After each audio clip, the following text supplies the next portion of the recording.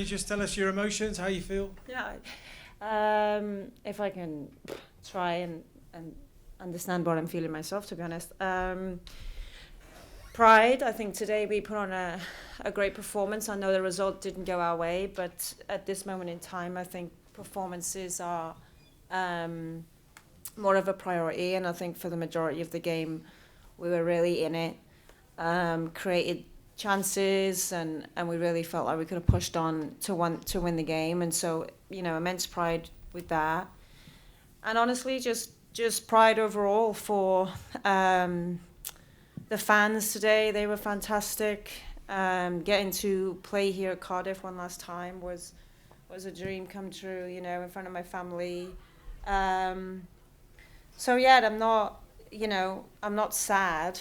If anything, I'm just, you know, really kind of happy and appreciative that I get to have this moment today. Yeah, you've definitely made the right decision, you feel? Yeah. I definitely do feel like that. And I'm excited to see what the group can do moving forward. I mean, you still look fit enough. You're still running around like a 20-year-old for 92 minutes. You can still do it, can't you? Yeah, I do feel that way, but, you know, can I do it for another however many years is a big question, and maybe I can do it today, but I'll probably be in bed for another 2 weeks after this. So that's where it gets a little bit more difficult, you know. And this is the right time now. There's time for growth in the group and for the group to evolve. And I feel like I'm leaving with the group more than capable to push on now. And in truth, that's all I ever wanted to do, was be able to leave knowing that there's a group behind us that are able to push forward. So I guess thanks to them, really. Just lastly from me, can you tell us when you came off, when you were substituted, what was going through your mind? How did you feel? Yeah, I was a little bit sad then, you could say. Then it kind of all hit me that this would be my last time.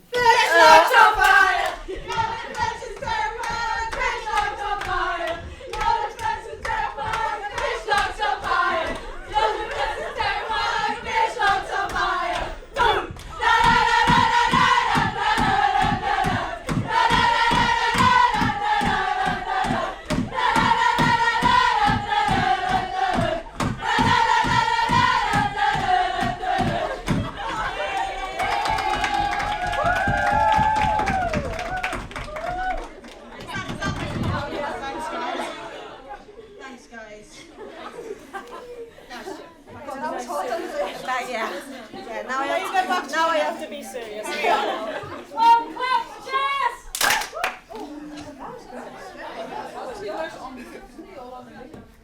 Sorry, everybody. Sorry.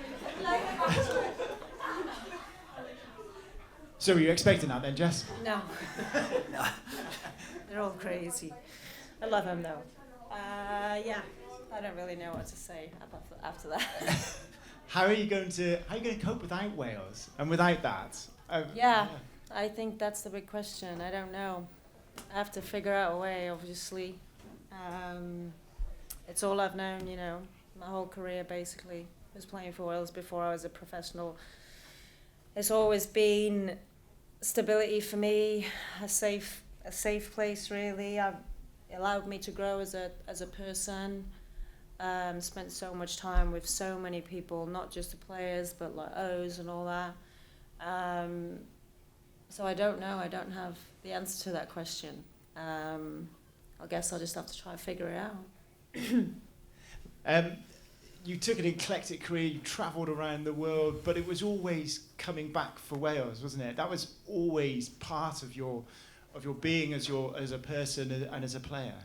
Yeah, I mean, it was always the focal point, always the main reason, really, in truth. You know, I whatever I chose to do with my career was always because I wanted to be at my best for Wales, and I wanted to push forward myself as a player to be better for Wales. So it not only does it go hand in hand, it's always come first. I think everybody knows that. And so yeah, it's been, like I said, the biggest honour of my life is getting to represent Wales for this long.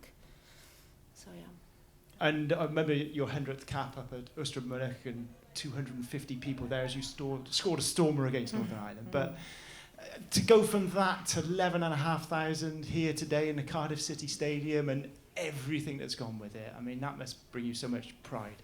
Yeah, of course. I think even just being at this stadium for one, getting the fans here and listening to them all the way through the game, all of them that, you know, have always travelled with us and always shown up for us. I think it's just, you know, a testament to what we've done, really. And that'll always kind of really sit deep with me, that we've been able to create something like this. Even you guys, I mean, when I first came here, there was not maybe one of you in here, you know what I'm saying? Like, it's different. And I hope that we just continue to push that on now and keep moving forward, because we need to. Well, it's a bit of a passing the baton moment, wasn't it? Mario Griffiths' finish, that was some What a finish. goal that was. I know, Mario's been with us for a little while now. And lucky to not go to the Euros. But I think, you know, bringing her on, hopefully she keeps that hunger of what she wants to do for us, because she's a great kid and she's a great player and someone who, you know, we will need moving forward. But what a goal that was, by the way. It's a nice little chippy chip. Nice.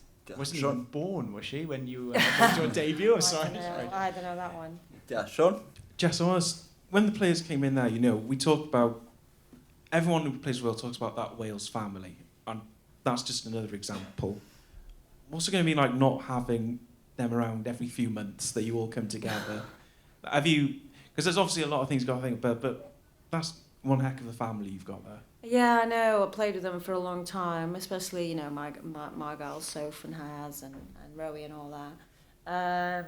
But yeah, it's going to be difficult, but hopefully I, you know, get to spend more time with my wife, which will be nice, and we can go on some holidays and we can, you know, evolve, and I can evolve my life, really, and start a different version of it. I know it's going to be difficult, of course.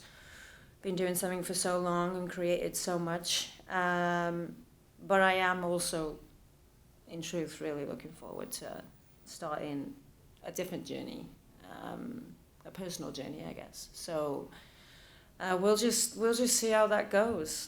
I don't know what it's going to go like, but I know that I can make it what I wanted to make it. Really, I get that choice now.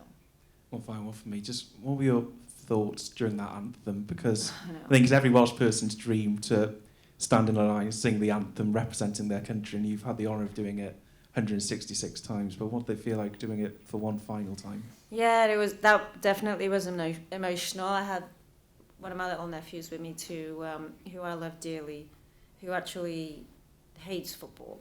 So getting him out there was tricky, but managed to do it in the end. And it's just a moment that I'll be able to savour for a long time. Obviously, Haz also passed over the captains for one last game, which I thought was, you know, just beautiful from her, really. And I just, you know, enjoyed every second of it. There's nothing better than an anthem. I think we all know that. So it was nice to get to live that one last time. Diolch, Jess. Okay. Congratulations, Jess, on an amazing career. If I can just ask you about the opposition out Australia, how you felt they played and what you felt their strengths were, but also what their weaknesses might be when the English play them on Tuesday. Oh, great question. I think Aussie played well. You can definitely see what Joe is trying to get them to do. I think it probably took him a little bit to get into the game. Especially trying to deal with the way that we were pressing, but they found pockets really well. But yeah, I think, you know, they're pretty expansive, so if you do win the ball, it's pretty open. So I think the game on Tuesday will be an exciting one for everyone involved. But you know how dangerous they're going to be with Caitlin and Sammy and Rasso and that up top. They've just got nothing but pace and talent, and that's always hard to defend against. But yeah, I think I'm excited to see where Australia go under Joe. I know Joe really well, and I know how he likes to play and his style. And obviously they're just starting their journey with him, so you could definitely see what he's trying to implement in their style. Can you just elaborate on that for perhaps those that are not familiar with football? But what is his style? What is he trying to get Australia to do? I think Joe likes a little patience on the ball. He likes to move it from side to side, and he likes to entice players into a press to break their lines. And I think you could see that today. There's times where we thought that we could go, and then all of a sudden they would just expose us a little bit. But then there's times when you get it right and you do really well. And I think there's times when Australia would go forward a little too fast, and he's probably going to want to change that and have them be a little bit more patient and recycle the ball a little while before they get it into the final third. But that's always been Joe. He's always been like that since when I worked with him. So, yeah.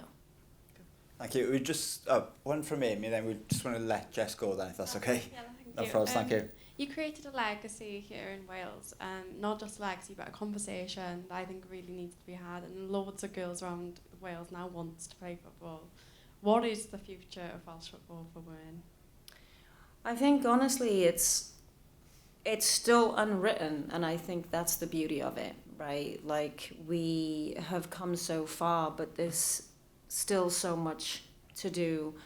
But when you have as many players who look up now and want to be a part of what we've done in the next 5 years, 10 years, 15 years, we get the chance to write what that looks like. And I think that's the most beautiful thing of all, really. This group get that chance to keep writing our story in the way that they want to. And then the next generation get to do that again. So I just can't wait to see what it is they do and how they want to write it, really.